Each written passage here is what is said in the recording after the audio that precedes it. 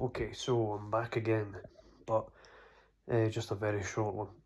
It's just to say that Conor McGregor has spoke about the decision and he's appealing it. So this is what he's wrote on his Twitter, word for word. Okay, so I will be appealing today's decision. The judge's instruction and the modest award given was for assault, not for aggravated or exemplary damages.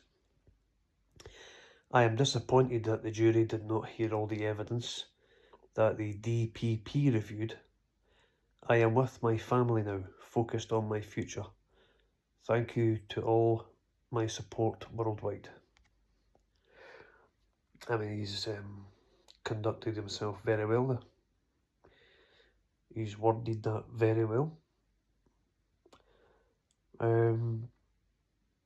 Interesting to me that he's going to appeal it.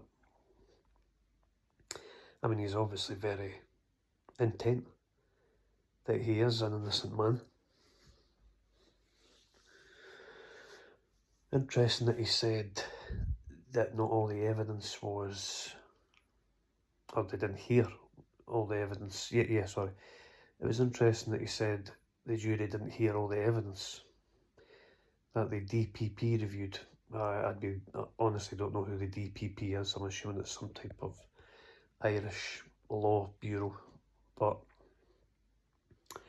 regardless, I know if I had a case as serious as that especially, I would want all the evidence to be heard.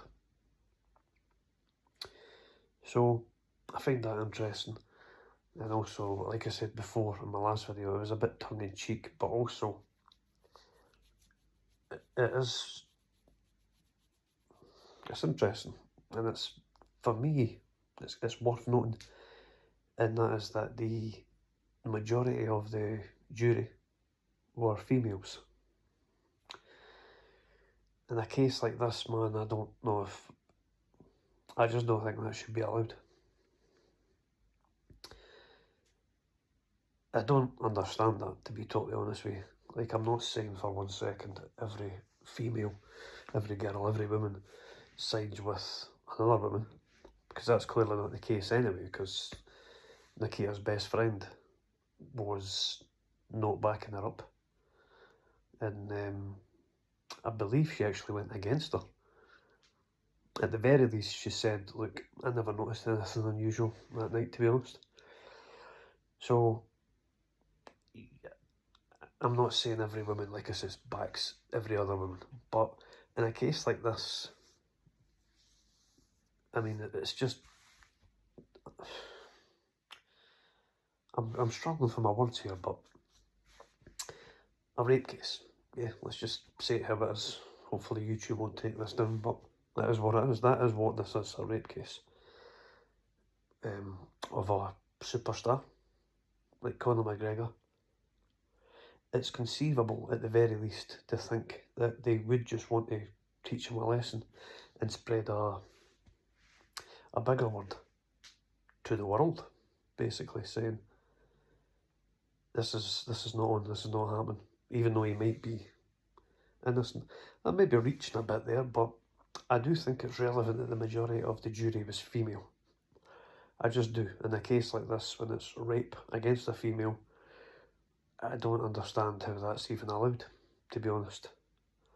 Because I think subconsciously, at the very least, there's going to be some